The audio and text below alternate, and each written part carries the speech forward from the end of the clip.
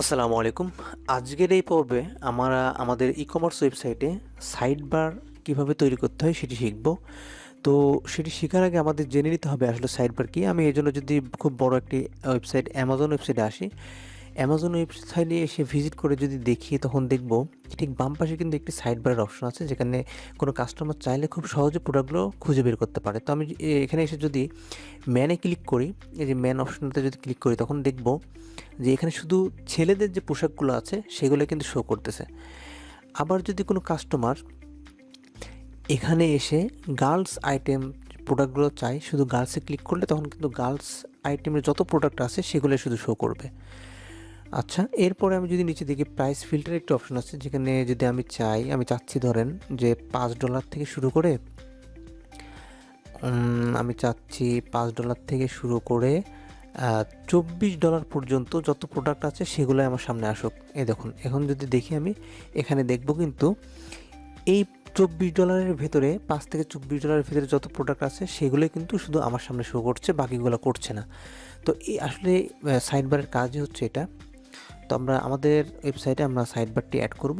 তো অ্যাড করার জন্য সর্বপ্রথম আমি চলে যাব এখান থেকে কাস্টমাইজে ক্লিক করার পরে আমি এখান থেকে একটু স্ক্রল করে নিচে এসে প্রোডাক্ট আর্কাইভ যে অপশনটা আছে এখানে ক্লিক করব।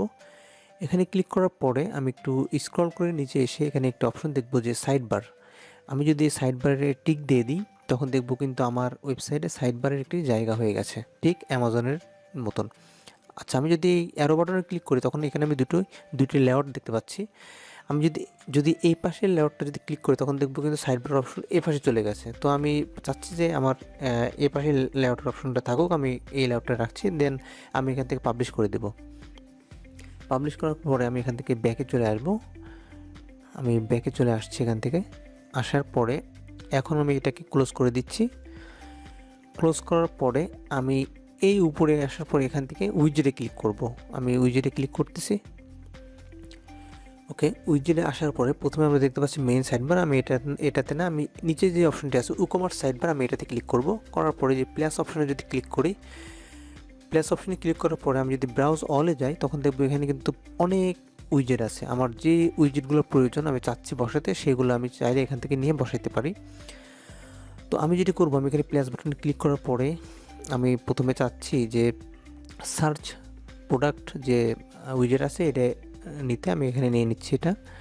দেন তারপর আমি যদি আবার প্লাস বাটনে ক্লিক করি, করার পর আমি চাচ্ছি প্রোডাক্ট ফিল্টার, এটাতে ক্লিক করার পরে আমি দেখছি যে প্রোডাক্ট ফিল্টারটাও চলে আসছে। আচ্ছা, এরপরে আমি আরেকটি উইজেট চাচ্ছি, সেটি হচ্ছে আমি সেটাকে খুঁজে নেব।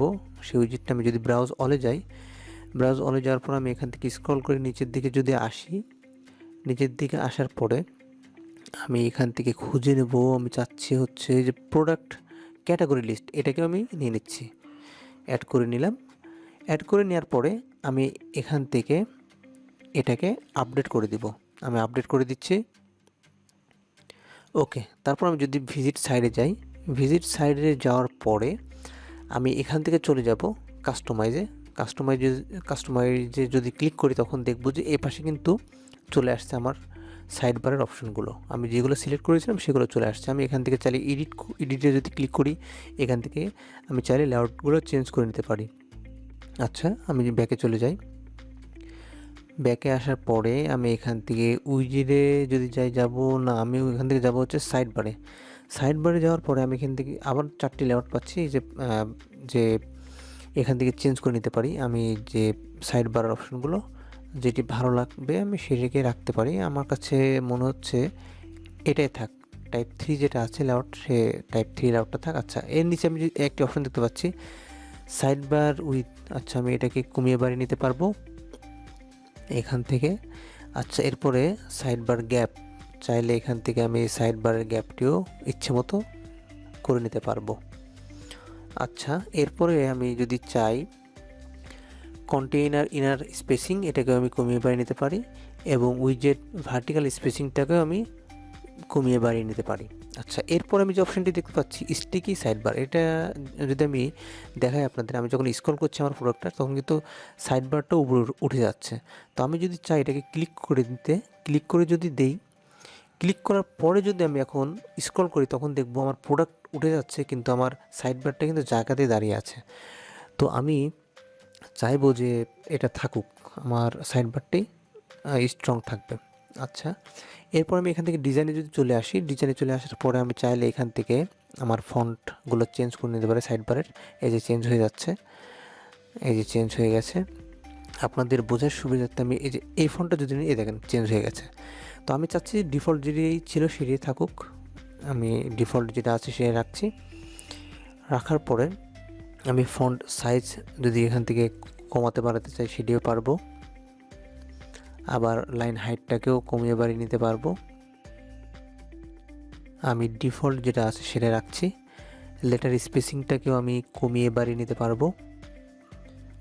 আমি ডিফল্ট যেটা আছে সেটাকে রাখবো, আপনারা আপনাদের ইচ্ছে মতো রাখতে পারেন। এর নিচে যদি আমি চাই যে ক্যাপিটাল লেটারে সব রাখতে, আমি সেটাও পারবো, সবগুলো ক্যাপিটাল লেটার শো করবে। আমি আপাতত এখন চাচ্ছি যে ডিফল্ট যেটা আছে সেটা থাকুক।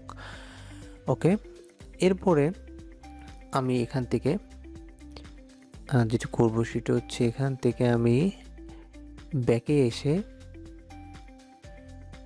আমি চলে যাব এখান থেকে যে উইজেটে যখন ক্লিক করবো, এখান থেকে উকমার্স সাইড বারে ক্লিক করব। উকমার্স সাইড বারে ক্লিক করার পরে আমি এখন দেখতে পাচ্ছি যে আমার ফিল্টার যে অপশনটি এটা অনেক বড়, হেডিং 2 আছে, আমি এটাকে হেডিং 4 করে দিচ্ছি, একটু ছোটো করে নিচ্ছি যেন দেখতে সুন্দর লাগে। ওকে, এরপর আমি যেটি করব সেটি প্রাইসের যে অপশনটি আছে এটিকে আমি হেডিং 3 থেকে এটাকে আমি হেডিং 3 থেকে হেডিং 4 করে দেব যেন একটু ছোট দেখা যায়। হ্যাঁ, এখন দেখতে সুন্দর লাগছে। এরপর আমি যেটি করব সেটা হচ্ছে সাইজ যে অপশনটি আছে এটাকেও আমি হেডিং 4 করে দেব। তো আমি এখানে যদি সাইজ অপশনটি খুঁজি, এই যে সাইজ, আমি যদি এটার উপর ক্লিক করে হেডিং 3 আছে আমি এটাকে 4 করে দিচ্ছি। ওকে, এরপরে ক্যাটাগরিটাকেও আমি সেমভাবে হেডিং 4 করে দেব। আমি হেডিং 4 করে দিচ্ছি ক্যাটাগরিটাকে। আচ্ছা, আর সবশেষে যে স্ট্যাটাস যেটি আছে নিচে, আচ্ছা এটা ফোর আছে, আচ্ছা নিচে যে স্ট্যাটাস আছে এটাকে আমি রিমুভ করে দিতে চাচ্ছি, রাখার দরকার নেই। আমি এটাকে যদি এখানে রাখি, এটা থ্রি ডটে ক্লিক করার পরে ডিলিট করে দিব। আমি ডিলিট করে দিচ্ছি। ওকে, ডিলিট হয়ে গেছে। এখন আমার সাইড বার কিন্তু হয়ে গেছে, আমি চাইলে কাজ করবে এটা এখন। তো আমি এটাকে দেখার জন্য আমি যদি পাবলিশ করে দেই, পাবলিশ করার পরে ক্লোজ করে দিচ্ছি। এখান থেকে ক্লোজ করার পরে এই দেখুন আমার কিন্তু এখন শো করতেছে খুব সুন্দরভাবে আমার ই কমার্স ওয়েবসাইটের সাইড বারটি। আমি যদি চাই যে আমি চাচ্ছি 280 থেকে ধরুন 2400 টাকার ভিতরে যে প্রোডাক্টগুলো আছে সেগুলো শো করতেছে। আমি যদি চাই 648 থেকে শো করুক, সেটাও করতেছে যে প্রোডাক্টগুলো আছে। আচ্ছা, এরপরে আমি যদি চাই যে আমি চাচ্ছি খুব দামি একটি প্রোডাক্ট খুঁজতে, ধরুন আমি যদি এখানে দিয়ে দিই হচ্ছে দিয়ে দিচ্ছি 20,000 থেকে 22,000 ভিতরে যে প্রোডাক্ট এই যে শো করতেছে। তো যাই হোক, আমার এই সাইড বারের কাজটি করছে। আমি যদি আরেকটু টেস্ট করি যে সাইজ যে অপশনটি আছে, আমি চাচ্ছি যে 0.5 যে প্রোডাক্টে আছে সেটা শো করুক এখানে। আমি যদি এটাতে ক্লিক করি, দেখতে পাচ্ছি যে হ্যাঁ আমার এই প্রোডাক্টটি 0.5 আছে, সেটি শো করতেছে। এবং যদি আমি এখানে এই যে সাইজ অপশনটি ক্লিক করি, দেখবো এই যে এই সাইজে যে প্রোডাক্টটি আছে সেটি শো করতেছে। তো আমার সাইড বারে ঠিক অ্যামাজনের মতোই কাজ করতেছে। তো ধন্যবাদ সবাইকে।